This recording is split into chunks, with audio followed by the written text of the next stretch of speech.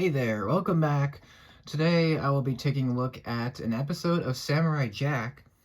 I chose this episode mainly because it's horror based, and this is coming from someone who only watched about 2 episodes of Samurai Jack when I was younger, so I wasn't super attached to it.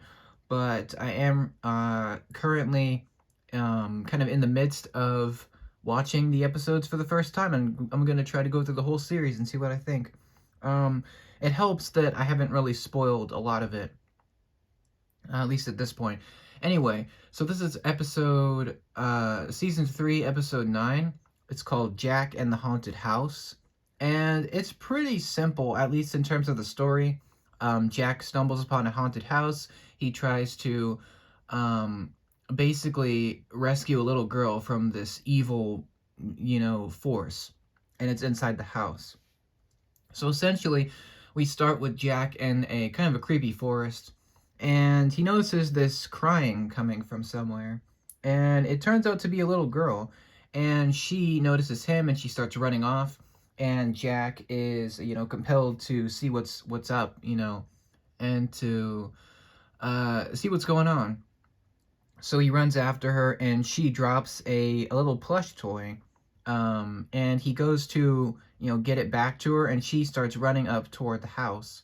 So toward this like really creepy, haunted house, obviously, this old creaky mansion type place. So he goes up there, and he sees this kind of shadow of a woman, kind of on the side of the building, and he opens it, and there's these moths that fly out, and that's really weird. And it gets really strange from there. He can't really get inside the front door, so he finds a different way in. And he does eventually find the girl. And it turns out that she's scared and she's kind of trapped there. She's trying to free her family basically from this evil force. And it's kind of taken over this house. And the house starts like trapping Jack and the girl inside. And Jack and the girl, the young girl, I think she's probably about 10, 11, somewhere around there. And she and him basically kind of sleep in this one room for a little bit. And then when Jack wakes up, he notices that she's gone. And so he looks for her, and he can't find her. So then he goes to this white room where it's almost like this very dreamlike kind of place. So he goes into this white room, and it turns out that this family is kind of in there having tea. And so he goes down, he sits down, he's kind of invited.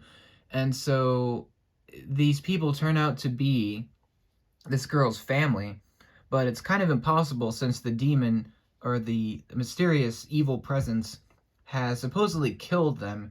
So at different points of the episode, mostly in the beginning, Jack gets these visions of kind of in his head of things that have happened, and it's almost like he's seeing the visions of the family getting killed by this monster. And so throughout the episode, he's kind of wondering what this is all about. And so he goes into this room, he has tea, he starts talking to these people, and it turns out that they're slowly getting creepier. The sun starts kind of like acting really creepy and starts, I guess, drooling weird liquid. And the mother also does this, and slowly the father does as well. And it turns out that they're just an illusion. And Jack even suspects that it's not really happening. And so the demon finally near the end reveals itself to Jack, and he actually gets his soul sucked in to the spirit.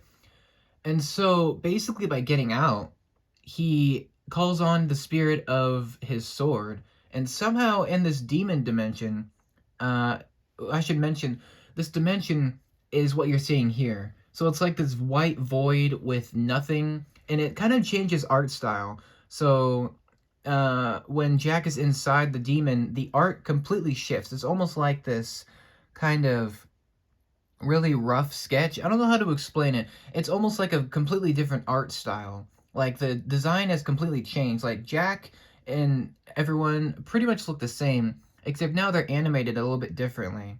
And so they almost look like ink, like blots of ink when they move and stuff. And it turns out that this demon has not captured just Jack and that family that I mentioned earlier, but hundreds of people, even thousands. And so apparently, this demon has been living in this house for who knows how long. And so Jack calls on the power of his sword and he engages the demon in combat.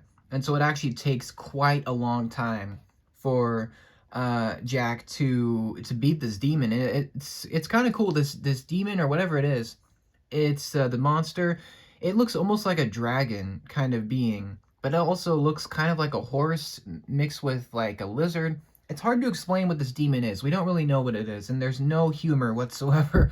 It's really just evil, and just sucks people's souls, and that's how it lives. And so, long story short, Jack eventually defeats the demon by slicing through it, through the black mass.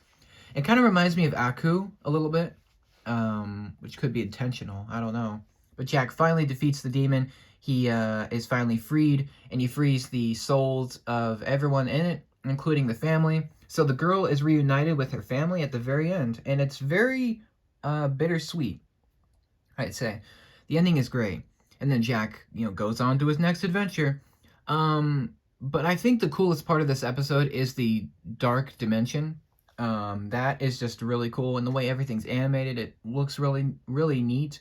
And what's really cool to me is the villain in this episode is not Aku, it's not bounty hunters, it's not some redneck or some local thug or robots. It's just this evil presence, and it's hinted that it might be even more evil than Aku, which is pretty crazy from what I've seen so far of the series.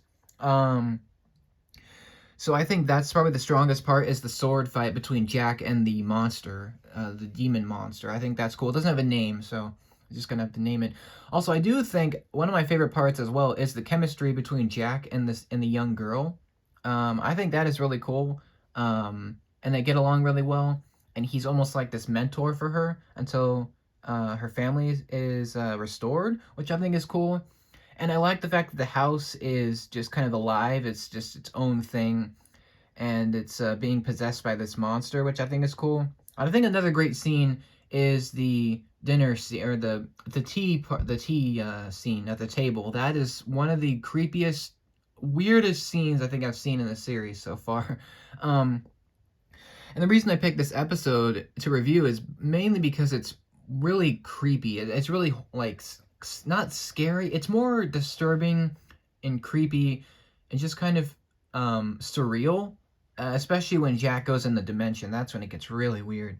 I don't know. I think it's just really cool, and I like the fact that the monster is never really explained. Like, it's not explained where the monster comes from, which I think is really cool, because I think if you have a villain and you don't explain where the villain comes from, I think that makes it even stronger and even more like impactful, and you remember the whatever it is.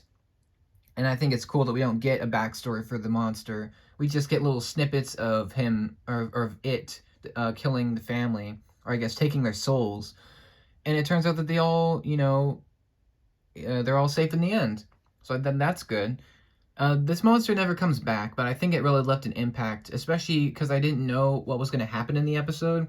So I watched it for the first time not too long ago, and it really surprised me. It's really creepy, especially when Jack gets in the house. Then it gets really weird.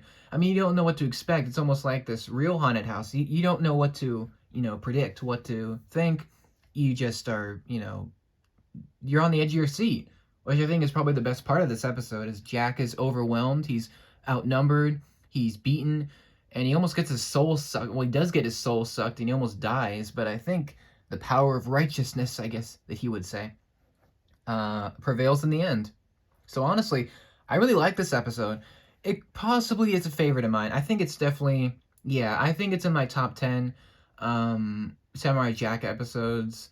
You'll be surprised as to which one is my favorite, but I'm really loving this series so far.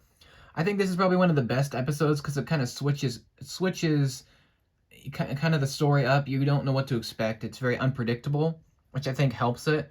Especially for like if you're watching it for the first time, it's really strong. It's really unsettling, And when the demon gets destroyed, it's like this very big victory for Jack, and he frees the family, and it's very, very cool. So honestly, I would recommend this episode. I really enjoyed it. I think it's great. I'm going to give it a 10. I have nothing really to complain about. I think it's just really well done. And the haunted house is pretty cool. Yeah, I think I talked about everything. I really enjoyed this. I will probably review my top 10 Samurai Jack episodes slowly but surely. I'll get those out to you, and you will be shocked as to my number one, I think. You may or may not be. Depends. But thank you so much for watching this. Have you seen this episode of Samurai Jack before? What do you think about Jack and the Haunted House? Have you seen it? Do you like haunted houses? Do you like Jack as a character? What do you think about it? Let me know. What's your favorite Samurai Jack episode? Let me know down below. Um, I will see you for the next review, which will be very soon. And I will see you then. Thanks so much for watching. And take care. Thanks again.